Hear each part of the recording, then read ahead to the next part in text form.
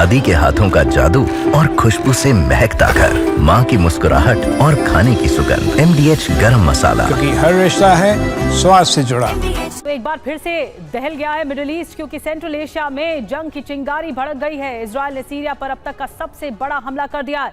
भीषण विस्फोट के बाद राजधानी दमिश्क थर्रा उठा, कई इमारतें तबाह हो गईं। इजराइल ने रक्षा मंत्रालय, आर्मी हेडक्वार्टर से लेकर राष्ट्रपति भवन तक हमला किया है। इजराइल की तरफ से अचानक हुए इन हमलों में पूरी दुनिया सहम गई है और हलचल पैदा हो गई है। दुनिया ईरान इजराइल की तरफ देख ही रही थी, लेकिन इजराइल ने सीरिया पर अचानक हमला करके सबको चौंका दिया है।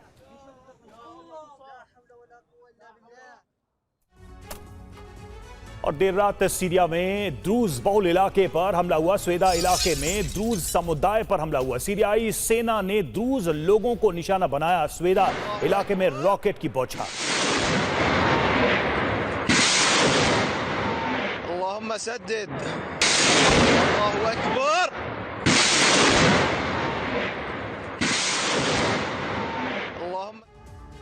एक और बड़ी खबर है, दक्षिणी इजराइल पर हूती का हमला। हूती ने इजराइल पर मिसाइल से अटैक किया है। इजराइल ने सभी हमलों को नाकाम कर दिया है।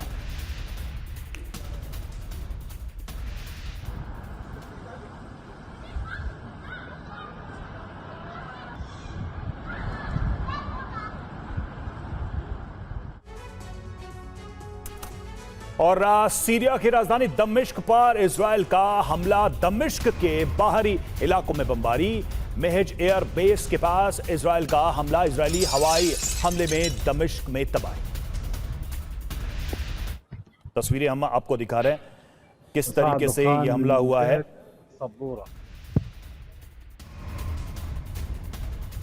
और बड़ी खबर यह है कि सीरिया के दमिश्क में इजराइल की भीषण एयर स्ट्राइक हो गई है। सीरिया के रक्षा मंत्रालय पर भीषण बमबारी हुई है। हमले में रक्षा मंत्रालय की बिल्डिंग भी बर्बाद हुई है। IDF ने रक्षा मंत्रालय की बिल्डिंग पर कई बम दाग दिए।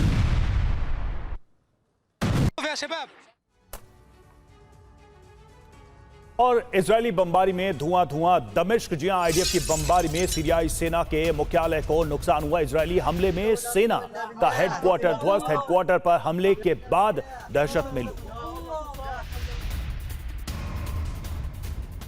और सीरिया में लाइव बुलेटिन के दौरान भी हमला हुआ। ये तस्वीरें भी सामने आ गई, कैमरे में रिकॉर्ड हुआ हमले का वीडियो।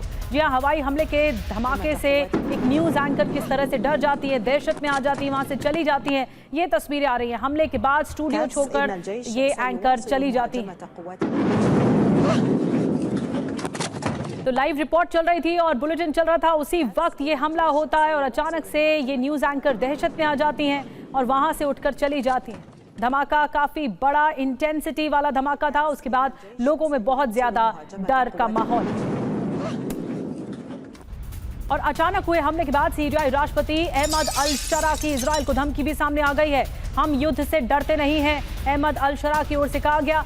सीरियाई लोगों की सुरक्षा हमारी प्राथमिकता है, ये कहा गया शरा की ओर से। सीरिया को लोग अपनी रक्षा के लिए पूरी तरह से तैयार हैं। इजराइल ने हमले बंद नहीं किए तो अंजाम बहुत बुरा होगा।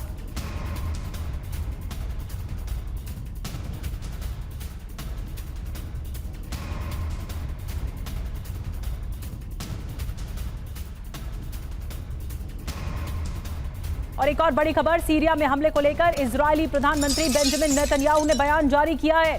उन्होंने द्रूज समुदाय के लोगों से क्या अपील की है, अब आपको हम सुनवाते हैं। और इजराइल से डोनाल्ड ट्रंप की अपील। इजराइल को हमले रोकने को कहा है। सीरिया पर हमले को रोके इजराइल, ये ट्रंप ने कहा है।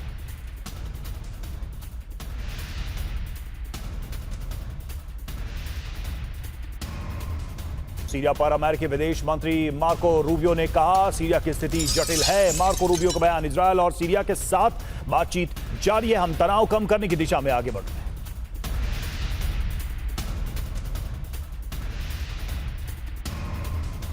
तो मार्को रूबियो ने कहा कि बातचीत दोनों पक्षों से जारी है तनाव कम करने के लिए। और ट्रंप ने इजरायल को हमले रोकने के लिए कहा है सीरिया।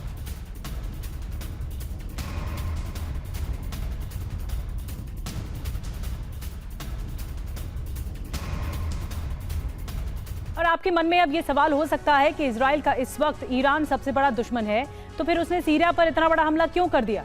इस लड़ाई के पीछे द्रूज समुदाय की कहानी जुड़ी हुई है। आपको बताते हैं, दक्षिणी सीरिया के कई इलाकों में द्रूज समुदाय बहुसंख्यक हैं। यहाँ यानी इस इलाके में उनकी अच्छी खासी तादाद है। सीरिया के इन इलाकों में इस वक्त द्रूज समुदाय के लोगों को टारगेट किया जा रहा है। सीरिया की नई सरकार इस समुदाय पर हथियार छोड़ने का दबाव भी बना रही है, जबकि इजराइल से द्रूज समुदाय की रक्षा का वादा किया है। द्रूज समुदाय के लोग 1957 से इजराइल की सेना और पुलिस के बड़े पदों पर काम करते रहे हैं।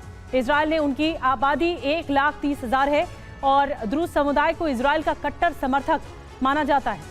ऐसे में अब द्रूज समुदाय को सीरिया में सांप्रदायिक हिंसा का सामना करना पड़ रहा है, तो उसे बचाने के लिए इजराइल सामने आया है। इजराइल ने सीरिया पर एयर स्ट्राइक कर दी। दादी के हाथों का जादू और खुशबू से महकता घर, माँ की मुस्कुराहट और खाने की सुगंध, MDH गरम मसाला। क्योंकि हर रिश्ता है स्वाद से जुड़ा।